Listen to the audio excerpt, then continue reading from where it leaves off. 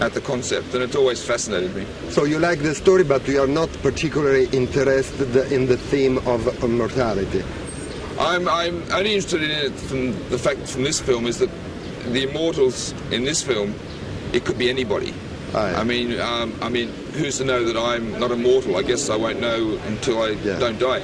I mean, I felt that interesting, and I also, when I got the screenplay, we added a bit of humour to it.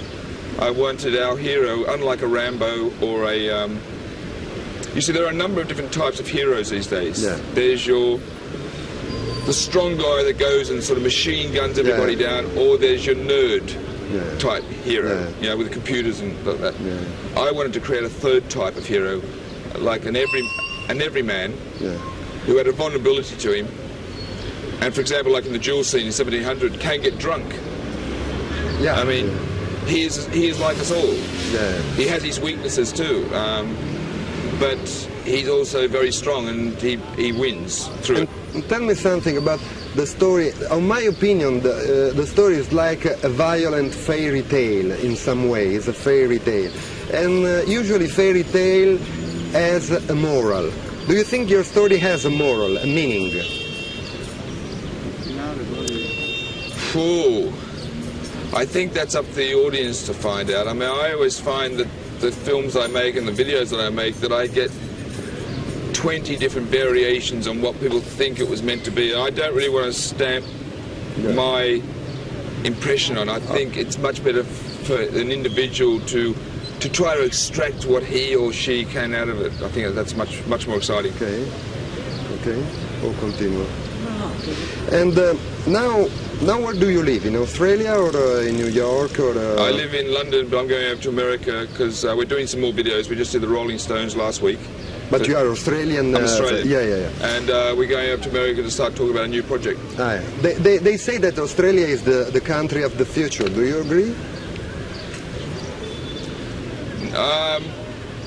No, I don't know. I mean, I've never really considered that. I think it's getting some good directors are coming from there, but I think there's good directors coming from all countries.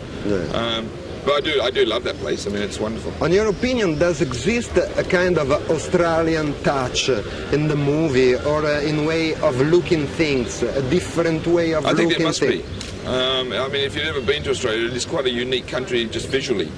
And you can give a definition of that different Australian touch. Maybe the visual of the country.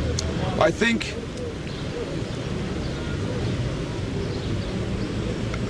Australian filmmakers are very interested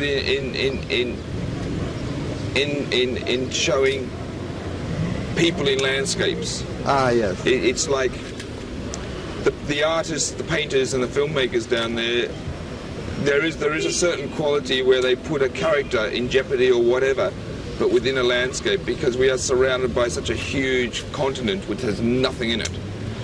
And you feel there is a certain agoraphobia about Australia. Yeah, I understand. So it's the landscape that in some way creates a style. The country is quite overbearing and awe-inspiring in a way. And last question, do you think you will continue to make fantastic movies like Razorback or Highlander, or you want to change the subject of your movie? I hope that Highlander was a step in a different direction from Razorback. And the next film, which I can't say what it is, but that we're looking at, is a complete change and is not a fantasy. Can you say something about it? It's a secret. Thank you very much. But thank you very much. Excuse me. Cos'è che appare nel finale del film, quando muore Clancy?